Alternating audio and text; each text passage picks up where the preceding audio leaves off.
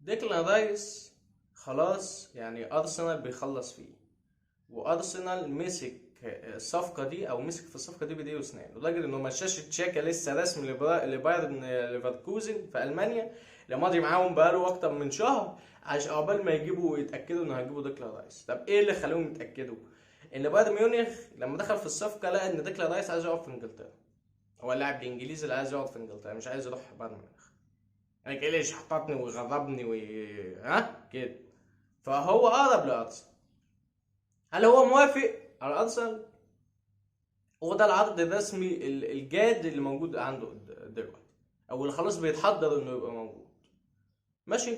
وخلاص ارسنال جدد لاوديجارد، جدد لساليبا، جدد لرامسديل من فتره، لساكا، لريس نيلسون.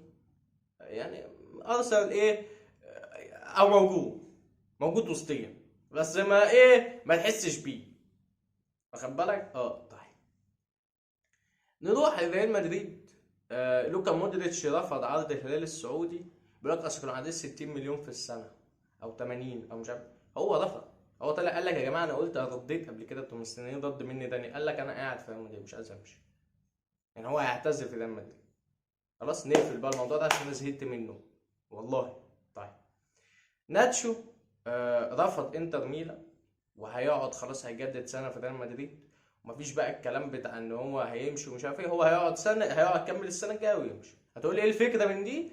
هقول لك يمكن بيريز مش عايز يمشي الناس الكبيره كلها في مره واحده، متعرفش، واخد بالك. ومشي ناس كبيره ومشي عاهات، ف يعني ممكن يكون بيفكر كده.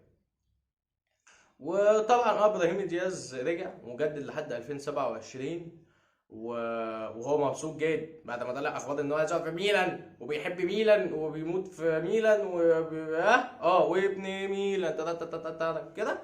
راح ريال مدريد في الاخر ويقعد لحد 2027. ماشي. طيب نروح بقى الناحيه التانيه للسيتي والشيخ منصور بن زايد. بص يعني حبيبي يا هتروح جوارديولا يقول له ايه؟ شوف بقى اللي احنا صرفناه السنين اللي فاتت ده كلها كوم، واللي جاي كله كوم تاني. ليه كوم تاني؟ لان جيفارديول اللي لسه عنده 22 ولا 21 سنه، يعني ده لو راح السيتي هيقعد 10 سنين ولا حاجه. خلاص. يا بيه هيقعد 10 سنين. اتعرض عليه السيتي وهو موافق. مفيش حد هيرفض السيتي يا بيه. مفيش حد هيجي له السيتي يقول له بيب جوارديولا عايزك، والفريق لسه واخد دوري ابطال الدوري الانجليزي ومش حاجات الكتير دي، وهيرفض. ولايبزيج عارف اللي هو ايه، يعني ما عايز يبيع بس بيستعبط. يعني مش يستعبط، هي كلمه تانية، بس يعني مشيها يستعبط. خلاص. اعتمدوا في السيتي، الموضوع خلص. ومين بقى اللي اعتمدوا في السيتي كمان؟ كوفازيتش. اللي هو جاي عشان جندوجان ماشي. جندوجان بيقول لك اصل ايه ده معروض عليه السنه اللي جايه وسنه اضافيه. ماشي. وهو جاي من برشلونه 3 سنين عقد، وانديه السعوديه بتحاول معاه، والتيت والشريط. لا انت جايب كوفازيتش. بيب جوارديولا ما تعرفش وجهه نظره في ده. هل هو شايف ان جندوجان اللي يقدر يؤدي وظيفه كوفازيتش، وكوفازيتش اصغر من جندوجان تقريبا سنتين ثلاثه؟ هل هو كده برضه يبقى بينزل بالسن شويه؟ ما تعرفش، لان دي بروين بيكبر برضه. فهنشوف، يعني هنشوف. بس انا رايي ان هو جاي مكان جندوجان، وجندوجان مش هيبقى موجود في السيتي. ده قولا واحدا، او مش قولا، رايي يعني ممكن ما يحصلش يعني. طيب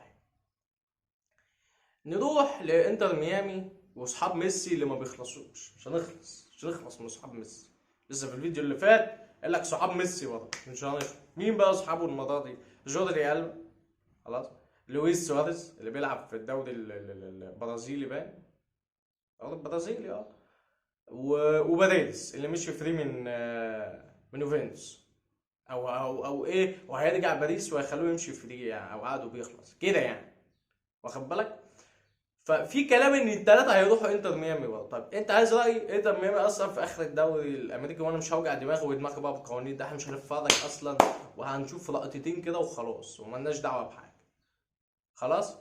يعني عمرك ما هتلاقيني طالع اتكلم على انتر ميامي وده ما يتحرقوا، ان انا ما كنتش بتكلم على باريس سان جيرمان اصلا، واخد بالك. طيب فهم الثلاثه انا ما اظنش ان هيبقى في مشكله ان هم يروحوا عادي، لكن الفكره ان كل اللعيبه الكبيره دي هيقدروا ان هم يعملوا حاجه مع بعض هناك. هتقول لي اكيد مستوى الدوري الامريكي يعني، يعني الناس دي اعلى منه بكتير اكيد، لكن هنشوف. احنا هنتابع الاخبار كده، اكيد مفيش حد فينا هيتفرج يعني، هم ماتشين في الاول وخلاص، وهنشوف ايه الدنيا. طيب نروح بقى للسعوديه.